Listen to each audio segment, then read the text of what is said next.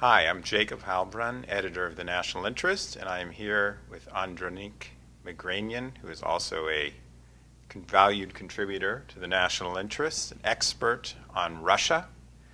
And Andranik, my first question to you is, Vladimir Putin said that the greatest tragedy of his life was the dissolution of the Soviet Union. Do you agree? Of course, I agree, but I would like to make a small correction. Sure. He said that this was the greatest geopolitical tragedy of 20th century. But unfortunately, in West and especially in United States, nobody is going further on, and nobody wants to listen what he said next after this statement. After this, he said, "But if anybody is not feeling the sorrow because of the collapse of Soviet Union and enormous,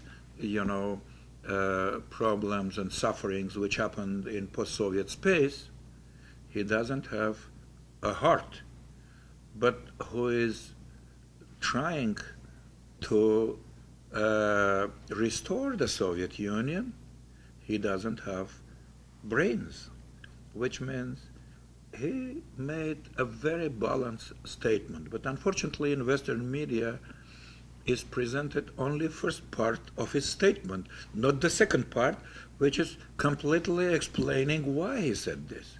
That he is not going to restore the Soviet Empire.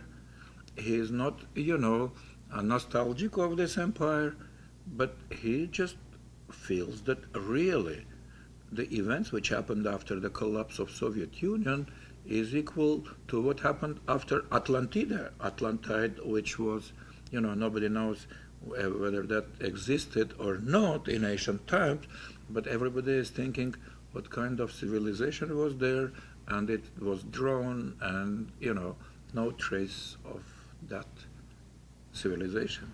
Now, Andranik, there was and there is a lot of triumphalism in Washington and the United States about the collapse of the Soviet Union. If you look at the Wall Street Journal or many conservative publications, this is treated as a victory, and a victory almost alone, by the United States over the evil forces of communism.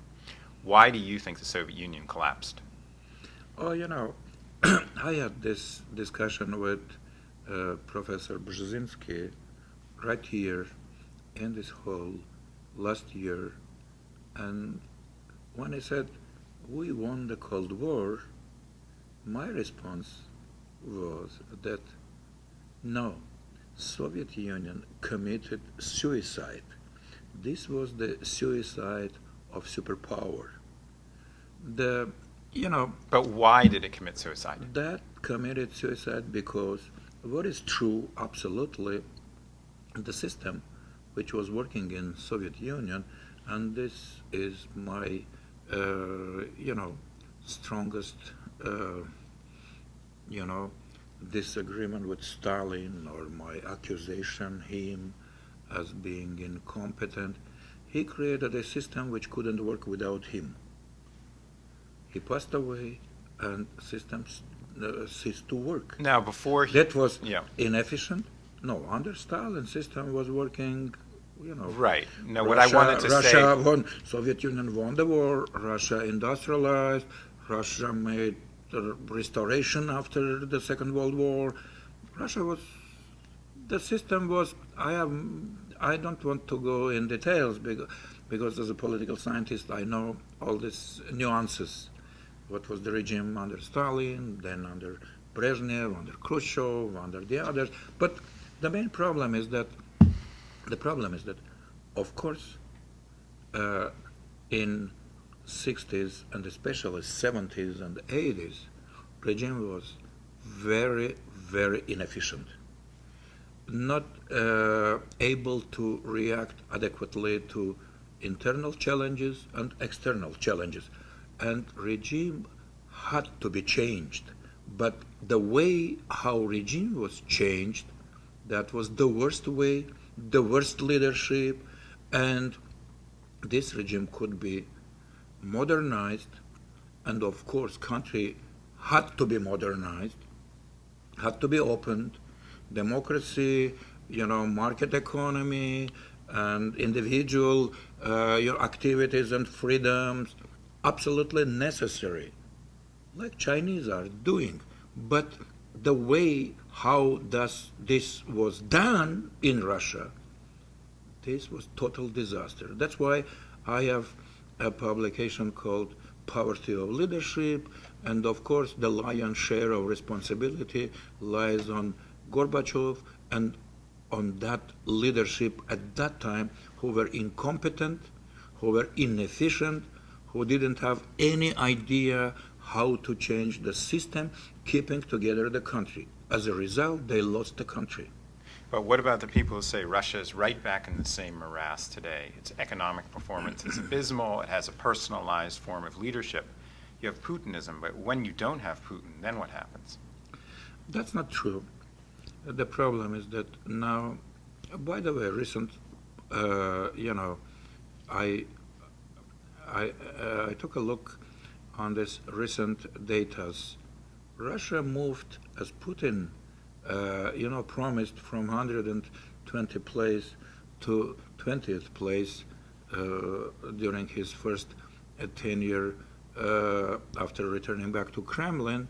And now Russia is on 53rd place after being on 120th place, which means things are changing, laws are changing, environment for business changing, and political situation changing.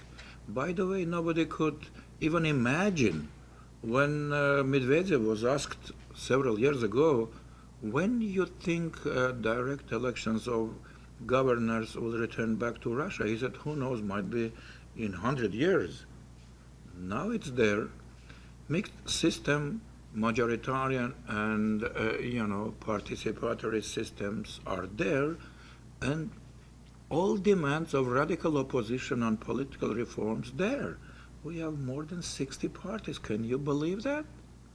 And, when might be 5-10 years ago, the system or the logic of the system was all excluded. Now the logic is all included. Now another thing that looms prominently in some analyses of Russia is the question of Stalinism, the Stalinist legacy.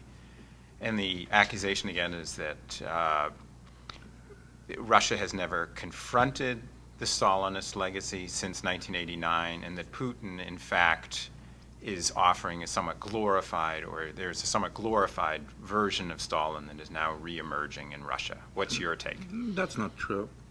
I think that Putin is very balanced in this sense. I would like, of course, Khrushchev be a little bit balanced in 1956, in 1957, when he started, and then in 1961, when he started de-Stalinization process. Deng was wise enough, and Chinese were wise enough not to discredit totally Maoism, though Mao was an evil even more than Stalin. A lot of people killed, a lot of people in concentration camps, a lot of people the victims of cultural revolution. But they decided that Mao did a lot, and 70% positive, 30% negative. And Mao is on the Tiananmen Square as a leader. What is trying to do Putin?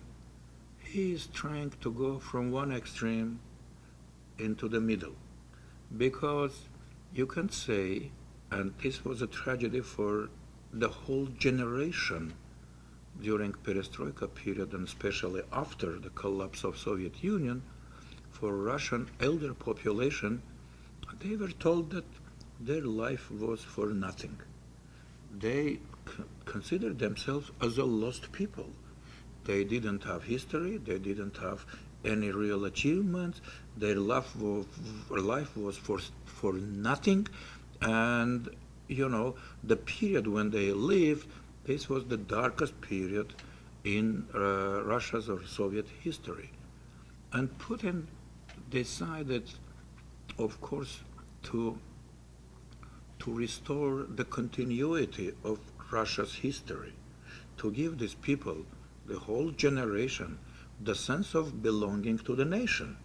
Because the nation worked, yeah, there were terrible things, purges, killings, trials, executions, security police, but at the same time, there were, nuclear bomb, uh, H-bomb, many scientific achievements, the Sputnik program, which then, sent Gagarin to the space, which means you can look at your own history and at your own country only on black and white lenses.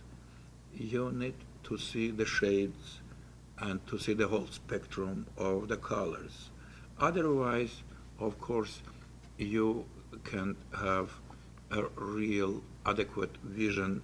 What is your country? What is your history? Now, a lot of historians like to write books comparing Hitler and Stalin.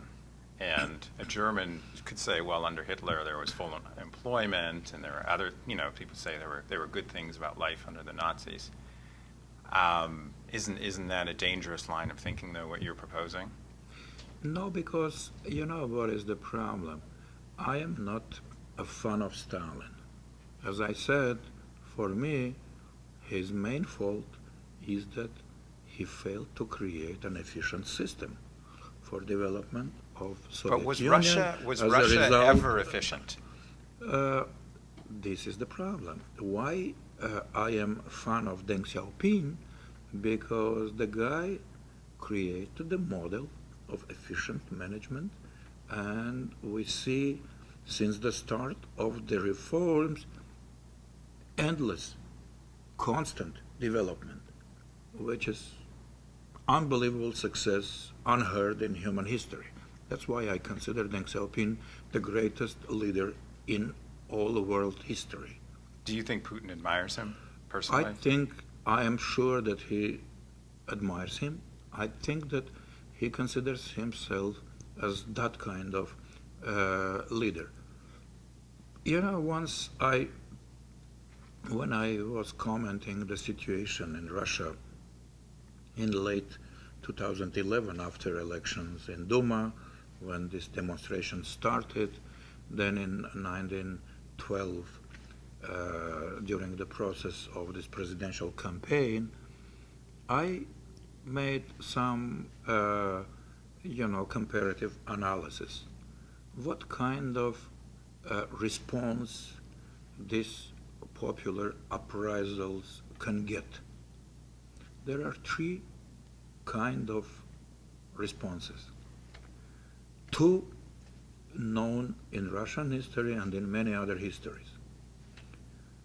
The first reaction is you are just trying to smash down, to kill the people, to abolish every kind of opposition, and just even strengthen authoritarianism and repressive regime. This was the reaction after assassination of Alexander II in Russia in 1881. Right, by the way, before adoption of first Russian constitution, which he already signed. Unfortunately, this Alexander III followed to his tutor's advice and he frees Russia. This ended up in 1917 revolution. Second response to this kind of uprisals of the people from the bottom is Kerensky. You can control the situation. Situation is becoming out of the control, getting their own logic, you are ending up in a chaos. Out of chaos emerged only another despotic regime. This was well known by Alexis de Tocqueville, who analyzed the Great French Revolution, and this he for many years before he warned that you can do this kind of things because you have to control the changes and democratization processes. The third, and by the way, this happened to Gorbachev, who lost the country, who lost everything. The third response is Deng's response. When he unleashed the forces who in China started creating a lot of things, making China prosperous, China developing, China moving, China, dynamizing the country. At the same time, of course, always during this process, you have some segments who want more, who are more radical, who demand more radical changes. And happened the situation in Tiananmen Square, and Deng decided to use force and to destroy this Tiananmen, uprisal or rebel. But he neither froze China nor let the mob to rule the country. He, using the force, at the same time he pushed forward the reforms. And in this sense, when I was discussing the situation in Russia in 2011, 2012, I was thinking that Putin is not going neither to freeze Russia nor to let the mob or rebels, to control the situation. He's going to keep in some places back these radicals, but to push forward reforms. And he is exactly doing this at this moment, and I think we have to give him the credit, because, as I said, Russia now is more business friendly in its environment. These indications comes to us from independent, agencies who are monitoring the situation in Russia. Russia is more successful in political sphere. We had all the changes which was the demands of radical opposition, and Putin implemented them. Registration of parties, majoritarian system, direct elections of governors, everything. Which means, and Putin established ombudsman for business to protect their rights against law enforcement agencies. He is trying, he established another strategic research initiatives, or the Agency of Strategic Initiatives for promoting startups, new businesses, to ease their, environment for work, legislations, loans, supports on behalf of government. The problem is that you can't do all these things overnight. This country, 1,000 years, lived according to one rules, and now you want this country to live according to totally different rules. It takes time. So Great Britain started in, 1212 or 1215. I don't remember the Великая Хартия, the great, Charter of Liberties, which Great Britain society got in 13th century, which means very soon they are going next year to celebrate 800 years when they started the process of democracy. If things are going so well in Russia, then why is Putin and Russia's reputation so abysmal in Europe and in the United States? It's very easy to explain. The problem is that in this country, and in Europe, there is unlimited, unconstrained attempt to demonize Putin. This is the problem of demonization. And by the way, in Financial Times, several years ago, I read an article that many European and Western leaders would not be happy if Putin returned back to Kremlin because they feel themselves very uneasy dealing with him. He is competent, he is, charismatic, he is knowledgeable, and it is very hard to deal with him. The first, and second, I think I wrote on pages of your journal that one of the major problems is that in 90s Russia was wrote off. Right. And now Russia is back. And not everybody like it, not everybody is ready to accept it. This is the reality. That's why they hate Putin and they don't want Putin. But is it back, or is it about to suffer a huge geopolitical loss in Ukraine? Speaking of the revolutions that we were talking about earlier, and where does the Ukraine end? I think that, quite contrary, I think that Russia, again, as a result of these idiots in Ukraine, especially in the West, got an opportunity and chance. Russia never had Ukraine. Only very primitive analysts not having any idea about Ukraine could say that in Ukraine Yanukovych or Kuchma or Kravchuk were Russian puppets. Not at all. Nothing even close to that. Now, really, they opened the situation for Russia. And of course, they have to fight for their future. But of course, if they are going to mishandle the situation, this can give some additional chances for Russia to increase its influence in Ukraine. Andranik, always provocative. Thank you for the interview. Thank you for having me here.